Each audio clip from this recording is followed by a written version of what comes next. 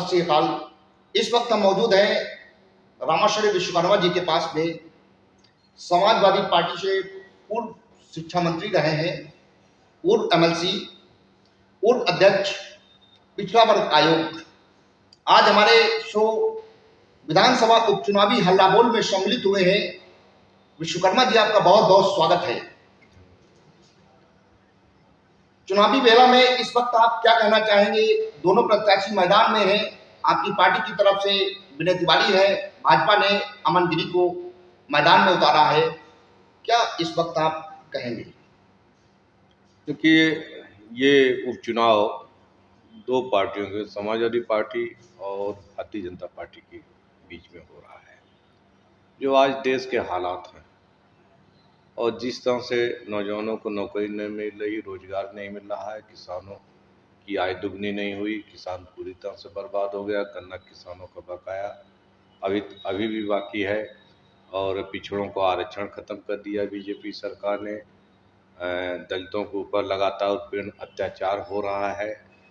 सभी वर्ग दुखी और परेशान हैं। जो बीजेपी ने वादा किया था कि सरकार बनने के बाद वो सबका साथ सबका विकास लेंगे, तो साथ तो सबका लिया, वोट लिया, सरकार बनाई, लेकिन विकास तो किसी का नहीं किया। तो इसलिए अब जनता भारतीय जनता पार्टी को जान चुकी है, और मुझे लगता है कि इस चुनाव में जनता बीजेपी के खिलाफ खड़ी होगी और समाजवादी पार्टी के पक्ष में वोट दे करके समाजवादी पार्टी के प्रत्याशी विनय तिवारी को भारी मतों से जिताने का काम करेगी। आप विश्वकर्मा समाज के एक कद्दावर नेता के रूप में जाने जाते हैं। 139 वाले गोला विधानसभा में आप अपनी बिरादरी के द्वारा कैसे पार्टी को सपोर्ट करेंगे? देखिए, विश्वकर्मा समाज का सम्मान और पहचान बनाने का काम समाजवादी पार्टी ने किया, माननीय नेताजी ने किया, और राष्ट्रीय अध्यक्ष श्री अखिलेश यादव जी ने किया। पहली बार विश्वकर्मा समाज का एमएलसी उत्तर प्रदेश की विधान परिषद में भेजा गया, तो माननीय नेताजी श्री मुलायम सिंह यादव जी ने रामा से विश्वकर्मा मुझको एमएलसी भेज करके 12 साल तक विधायक बनाने का काम किया। समाजवादी पार्टी की सरकार में पहली बार उत्तर प्रदेश से विश्वकर्मा समाज का व्यक्ति, मैं उच्च शिक्षा मंत्री बना, और विश्वकर्मा पूजा का सार्वजनिक अवकाश पूरे हिंदुस्तान में पहली बार अगर घोषित किया गया तो समाजवादी पार्टी की सरकार में माननीय नेताजी के द्वारा किया गया। गांव में रहने वाले जो विश्वकर्मा हैं, लोहार बढ़ई हैं, गरीब हैं, कमज़ोर हैं, जिन पर मकान नहीं, दुकान नहीं, जिनके लिए लोहे लकड़ी का कारोबार करने का कोई साधन नहीं, उसको समाजवादी पार्टी की सरकार में ग्राम सभा की ज़मीनों का पट्टा देने का काम किया गया, और इससे लाखों विश्वकर्मा समाज के गरीब लोगों को पट्टा दे करके उनके रोजगार को बढ़ाने का काम सपा सरकार में किया गया था, जब हम उत्तर प्रदेश सरकार के शिक्षा मंत्री थे। विश्वकर्मा समाज को नौकरी रोजगार से जोड़ने का काम किया गया, विकास किया गया, पहचान बनाने का काम किया गया, और विश्वकर्मा समाज को सम्मान से जीने का अवसर देने का काम समाजवादी पार्टी की सरकार में किया गया। विश्वकर्मा समाज के नौजवानों को आईटीआई का प्रमाण पत्र देने का शासनादेश जारी किया गया। तो ये तमाम जो विकास के काम हुए हैं, विश्वकर्मा समाज को आगे बढ़ाने, उनकी पहचान बनाने और समाज में एक सम्मानजनक जिंदगी जीने का जो अवसर दिया है, वो समाजवादी पार्टी ने दिया है। तो इसलिए विश्वकर्मा समाज का संपूर्ण वोट समाजवादी पार्टी को जाता है, और हम इस विधानसभा में भी हम अपील करेंगे, क्योंकि सम्मान समाजवादी पार्टी ने दिया है, पहचान और विकास समाजवादी पार्टी ने दिया है। इसलिए सभी विश्वकर्मा भाई एकजुट होकर के समाजवादी पार्टी के प्रत्याशी को जिताएं, और ये पूरे प्रदेश में संदेश देने का काम करें कि सपा ही केवल विकास कर सकती है, दलितों, पिछड़ों, अल्प पिछड़ों को आगे बढ़ा सकती है, उनको हिस्सेदारी दे सकती है। भाजपा तो पूरी तरह से पिछड़ा विरोधी है। गोला विधानसभा में लगभग 4 लाख वोट्स हैं, कुछ परसेंटेज कम रहेगी, बाई इलेक्शन है। क्या पाने का टारगेट है? देखिए, ये चुनाव समाजवादी पार्टी जीतेगी, और क्योंकि तमाम लोग बीजेपी से नाराज हैं, और जनता का गुस्सा इस उपचुनाव में उनको दिखाई देगा। जो लोग झूठ बोलते हैं, लगातार बीजेपी के लोग गुमराह करने का काम करते हैं, रोज नए वादे करते हैं, लेकिन एक भी कोई वादा कोई पूरा नहीं करता। अब प्रधानमंत्री से कोई नहीं मांग कर रहा है कि उसको 15 लाख रुपए नहीं मिले। अब कोई नहीं मांग कर रहा है कि आय दुगनी हुई। 2 करोड़ प्रतिवर्ष नौजवानों को नौकरी रोजगार देने की बात कही थी। रोजगार देने की बात कौन कहे? लॉकडाउन और कोरोना काल के चलते लाखों सरकारी नौकरियों पर लगे हुए लोगों को जो है छटनी करके निकाल दिया गया, बेरोजगार करने का काम कर दिया गया। तो नौजवान गुस्से में है, किसान गुस्से में है। अगर आंदोलन करता है तो किसान के ऊपर गाड़ी चढ़ा दी जाती है इसी लखीमपुर खीरी में, और कैबिनेट का मंत्री का लड़का गाड़ी चढ़ाता है। पूरा देश ने आंदोलन किया, लेकिन बीजेपी सरकार ने न तो कैबिनेट मंत्री को मंत्रिमंडल से निकाला और न तो कोई कार्रवाई की। तो इस तरह से किसान भी देख रहा है, जो वादा किया था कि गन्ना किसानों का भुगतान करेंगे, एक भी भुगतान नहीं हुआ। इस समय बाढ़ का क्षेत्र है, लगातार बाढ़ आई हुई है, लेकिन सरकार की तरफ से कोई मदद नहीं हो रही है। तो चाहे नौजवान हो, किसान हो, चाहे आपका दलित हो, पिछड़ा हो, आपके ये जितने भी मजदूर हैं, सभी लोग परेशान हैं इस सरकार में और इस सरकार को हटाना चाहते हैं। मुझे पूरा विश्वास है कि इस उपचुनाव में सभी लोग भारतीय जनता पार्टी को हराएंगे और समाजवादी पार्टी को जिताएंगे। भाजपा के लोग कह रहे हैं कि समाजवादी पार्टी की जब सरकार होती है तो गुंडागर्दी बढ़ जाती है, चरम पे होती है गुंडागर्दी। तो क्या इसको लेकर के आप रिस्पॉन्ड करेंगे?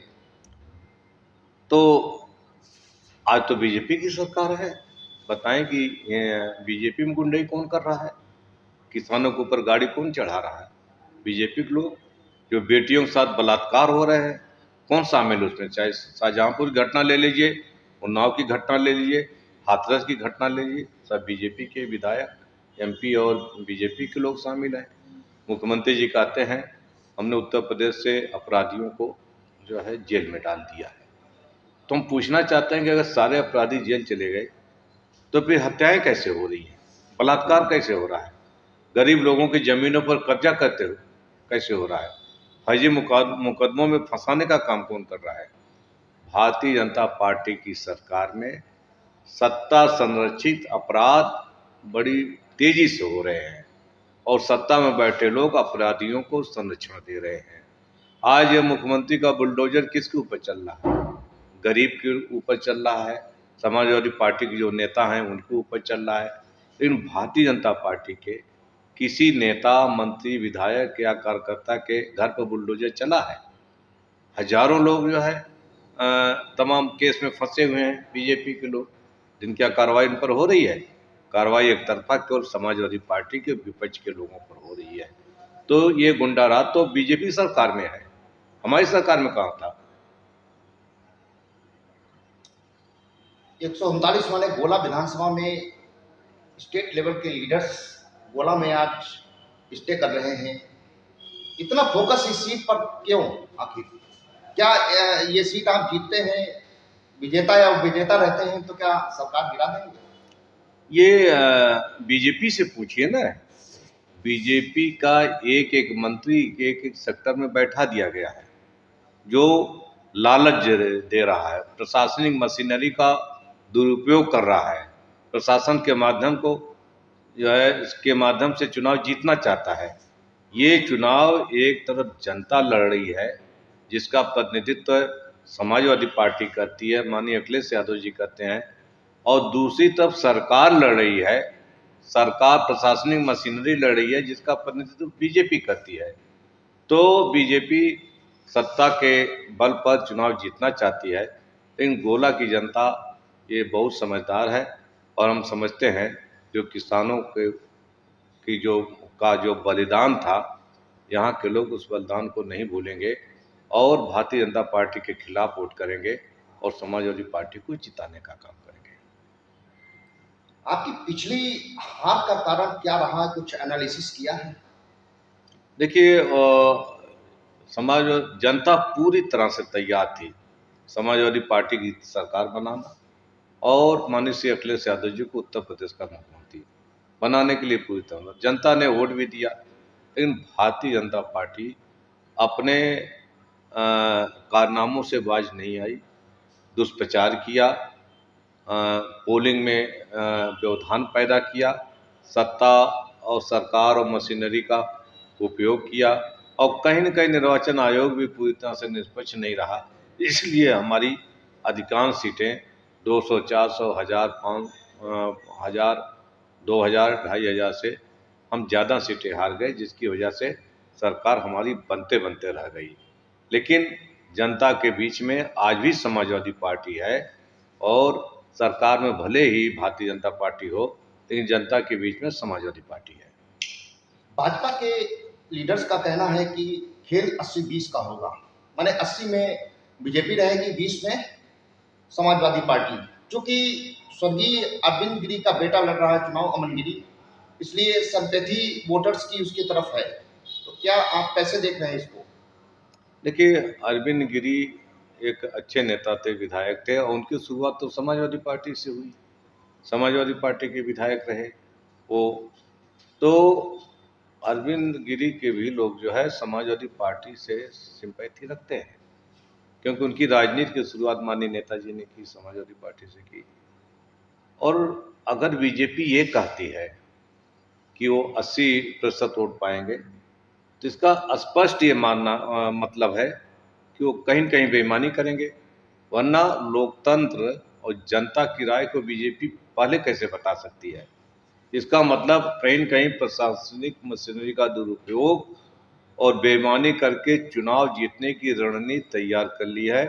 हम गोला की जनता से अपील करना चाहते हैं कि बीजेपी की बेईमानी को इस बार रोकने का काम करें, और ईमानदारी से समाजवादी पार्टी को जो है वो जिताने का काम करें। दर्शकों, अभी आप रामाश्रय विश्वकर्मा जी को सुन रहे थे। आपने बताया है कि समाजवादी पार्टी ने नौजवान, अगड़ा पिछड़ा, दलित, शोषित, वंचित, हमेशा इसी के पक्ष में राजनीति की है। जैसा कि स्वर्गीय नेताजी ने भी हमेशा इनकी आवाज़ बुलंद की है, इसलिए उनको धरती पुत्र के नाम से जाना जाता है। साथ ही में जीतने का भी आपका टारगेट है, हालांकि टारगेट नहीं बताया कि वोट का मार्जिन क्या रहेगा, लेकिन जीतने का मोटिव है। और जनता से अपील की है कि इस बार जनता ज़्यादा से ज़्यादा घर से निकलकर समाजवादी पार्टी के पक्ष में मतदान करे। बहरहाल अब देखना ये है कि दोनों प्रत्याशी इस वक्त मैदान में हैं, और दोनों ही पार्टीज के नेता इस वक्त गोला में स्टे कर रहे हैं। पब्लिक क्या निर्णय लेती है, इसका निर्णय 6 नवंबर को हो जाएगा। इसी के साथ कैमरा पर्सन कैलाश चक्रवर्ती के साथ मनीष शर्मा, यूपी खबर, लखीमपुर खीरी।